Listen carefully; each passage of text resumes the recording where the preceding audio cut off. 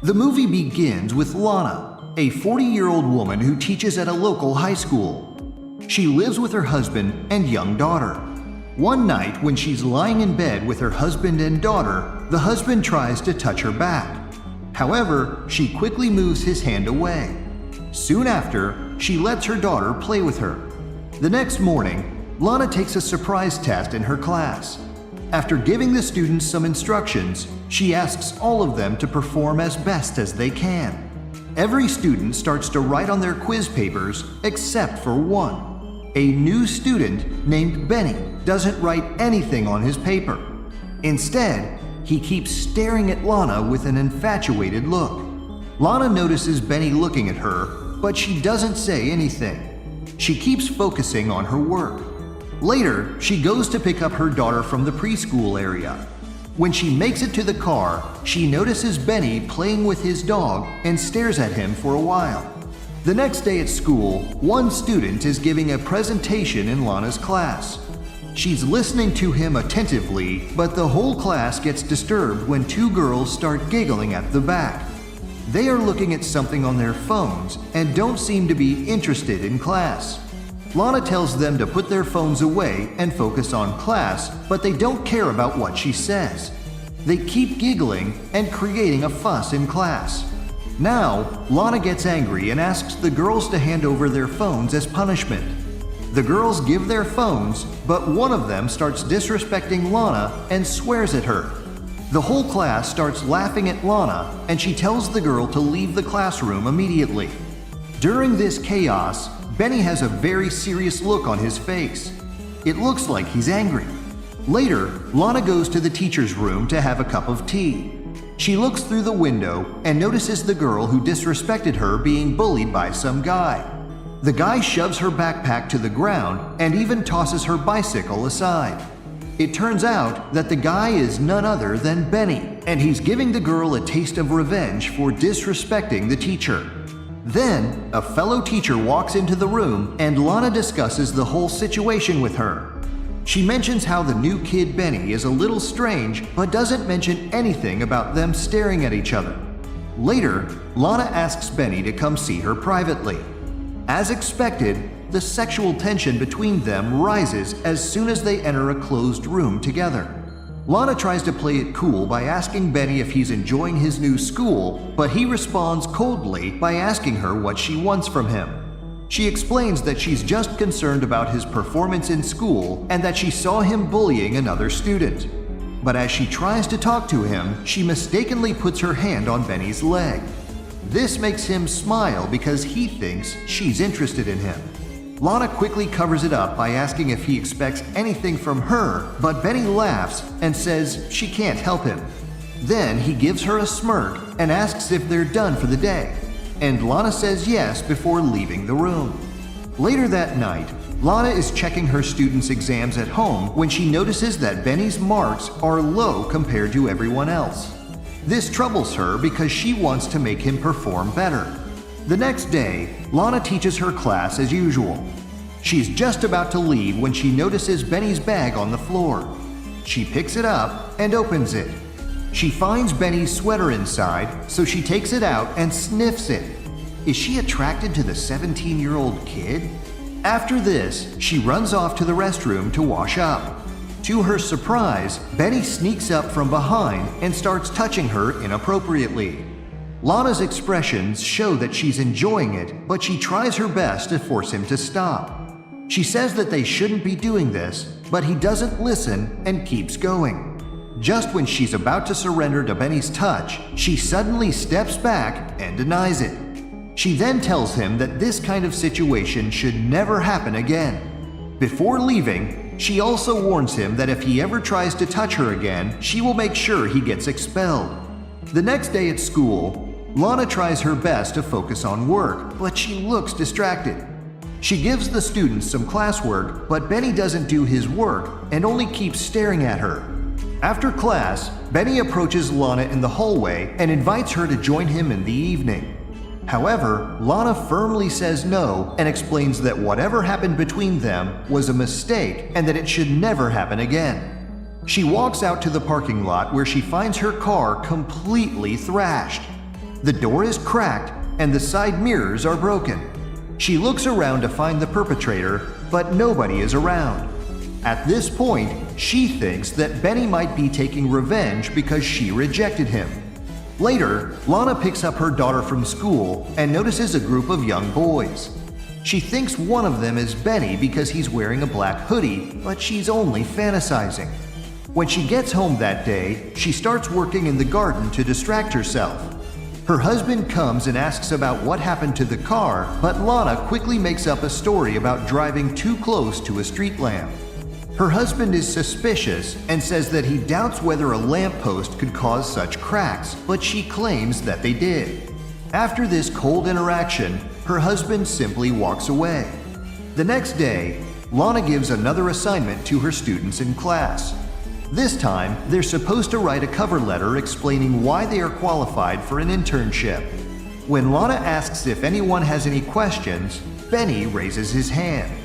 He smirks and asks if it's important to go to such an extent just to get a job. He keeps making double-meaning jokes, and the entire class bursts out laughing. Lana gets very angry, grabs his bag, and throws it outside as she yells at him to leave the classroom. Unfortunately, all the other students are also being disrespectful and take Benny's side. One of them even throws a duster at the board. Seeing this, Lana leaves the classroom and goes home. The next morning, she goes on a morning jog in the forest, but feels like someone is following her. She stops and looks around for a moment, but doesn't see anyone there. Still, she quickly flees from the place. Later that day, she's reading a storybook for her daughter when the phone starts ringing. She picks up, but nobody speaks on the other end. This keeps happening for a while until she realizes that it's Benny trying to mess with her. She hangs up the phone and puts it aside. After some time, she goes to school to take her classes, but stops when she sees Benny sitting inside the room.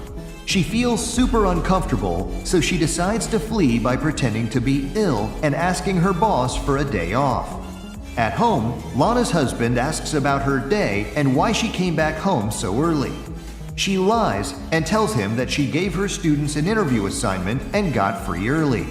The next morning, after dropping her daughter off at school, she pulls over at the riverside. She takes a few moments to herself to think about whatever is happening. Then, she decides to go to the museum to clear her head. As she's walking around and enjoying the art pieces, she suddenly notices Benny. It turns out that he's been following her around everywhere. Lana panics and tries to run from the area. She walks down the stairs, but Benny keeps following her. Then she manages to make it inside the elevator, but just when the doors are about to close, Benny enters as well. Now the two of them are trapped inside the lift together. Benny asks her to come back to class, but she doesn't say anything. Then he starts caressing her face and slowly touching her everywhere. Lana is attracted to him as well because she doesn't stop him from touching her. She tries to grab his face and kiss him, but he stops her. Then he keeps kissing her neck and playing with her in the elevator. When Lana gets home that day, she tells her husband about a nightmare she had. She says that while her husband and daughter were on the beach, she saw herself being drawn into the ocean. The current was so strong that he couldn't even pull her out. Lana gets very emotional while telling this dream, so her husband comforts her. The next morning, Lana goes on her morning jog, but stops at the riverside for a while. She throws a rock into the sea and starts planning something. Later, she reaches the school, but instead of going to class, she sneaks into the head office. There, she steals the upcoming final exam and stuffs it inside Benny's coat. She knows that someone will catch him, and that's exactly what happens. While Lana is in the staff room with other teachers, she sees Benny being detained by security outside. He immediately gets kicked out of school for stealing the exam papers, and Lana is super happy to know that he will no longer be an issue in her life. In the next scene, Lana and her husband are enjoying a romantic time at the lake. Suddenly, her husband disappears and she starts panicking. Then he screams as he emerges from the water, and that's when Lana wakes up from her dream. It looks like she was having another nightmare. Even though everything is supposed to be fine in her life now, Lana starts missing Benny after a few days. She starts fantasizing about the times he groped her in the bathroom and the elevator. She also misses seeing his cute face in class. Eventually, she becomes so desperate for him that she fantasizes about sexual activity with him. One day, she takes her daughter to a bookstore to buy her a gift. However, just when she's leaving, she notices that her daughter has disappeared somewhere. She tries to look for her, but the little girl is nowhere to be found. She informs the store owners and the police immediately. Then, while going through the security camera footage, she notices Benny leaving with her daughter. Before she can talk to the cops about him, she gets a call from her husband saying that he's found their daughter. She apologizes to the cops for making a fuss and goes back home to her family. Later, Lana wakes up in the middle of the night because she hears loud, repeated knocking on the front door. Her husband is asleep, so she goes and reaches for the door slowly. She's scared to see Benny on the other side, but to her relief, it's just a storm. Lana keeps having sexual fantasies about Benny all the time, and she's unable to focus on anything else. Even when she's working in the kitchen, she's too caught up in her thoughts about Benny until her husband shouts her name from behind. After all this, Lana drives straight to Benny's house and patiently waits for him outside. After some time, he shows up on his scooter and rides away. Seeing this, she starts following him on the road. When they finally get to a secluded area with no other cars, she takes a deep breath and then violently smashes her car into his scooter, making him fall to the ground. She keeps driving ahead for a bit and eventually stops her car. In the final scene, she gives herself a moment to pull herself together before stepping out to go see him. The moral of the story is to control your urges and not engage in a dark fantasy with a forbidden lover. Chances are that it'll end with one of you being dead. And that's it for this movie recap. If you were Lana, would you rather kill Benny or leave your husband and daughter for a 17-year-old boy? Let us know in the comments below. If you enjoyed this video, we're sure you'll like this one even more.